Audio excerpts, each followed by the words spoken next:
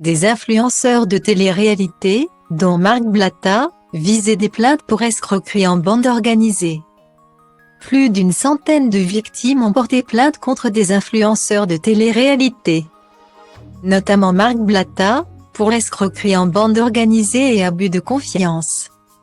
Selon les informations de France Info recueillies auprès de leurs avocats, la chasse aux influenceurs mal intentionnés continue, et elle risque bien de mal se finir.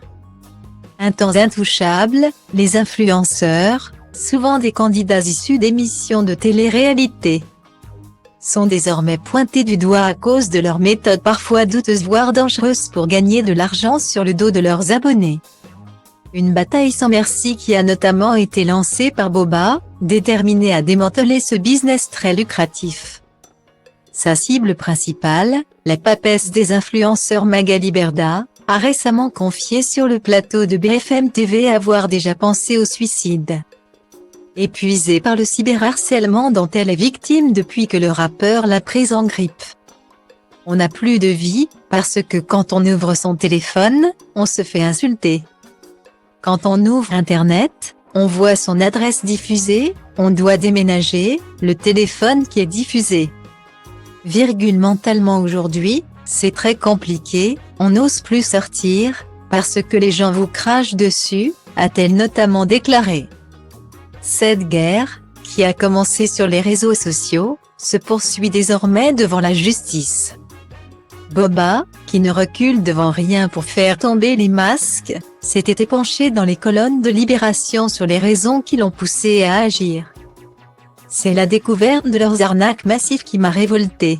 À la base, je ne connais pas ces gens. Ils ne m'intéressent pas, et leurs émissions me donnent envie de vomir à chaque fois que je les vois à la télé. Mais un jour, l'un d'eux, Marc Blatta, est parti en croisade contre moi pour une histoire de fausse montre qu'on m'avait prêtée. Avait-il déclaré. Puis de poursuivre, plus je l'allumais, plus j'explorais le monde de merde des influenceurs. J'ai découvert le rôle de leur pseudo-manageuse, Magali Berda, la reine de la futilité. Ça m'a donné envie de creuser pour comprendre. Comprendre pourquoi des milliers d'internautes les accusent d'escroquerie. Marc Blatta, que Boba a attaqué en justice en juillet dernier pour diffamation publique, fait partie des influenceurs de télé-réalité récemment visés par une plainte d'une centaine de victimes, regroupées dans le collectif d'aide aux victimes d'influenceurs. Selon les informations de France Info, les plaignants en question attaquent les influenceurs pour escroquerie en bande organisée et abus de confiance, dans deux plaintes différentes. L'une contre la plateforme Anymone sur fond d'arnaque aux NFT dont plusieurs influenceurs français auraient fait la promotion.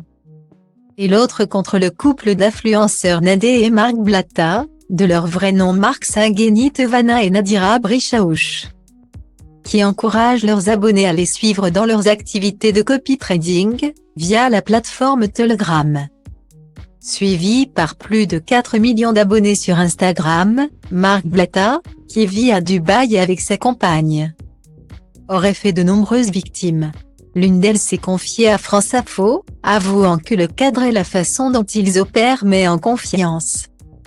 Je me suis clairement fait avoir, mais ce que j'attends de la justice, c'est surtout qu'ils n'arrivent plus à arnaquer d'autres personnes. Parce qu'ils continuent encore aujourd'hui et apparemment, il n'y a pas que. Il faut que ça s'arrête, a-t-elle ajouté. Une conférence de presse aura lieu ce lundi 23 janvier pour faire le point sur l'affaire.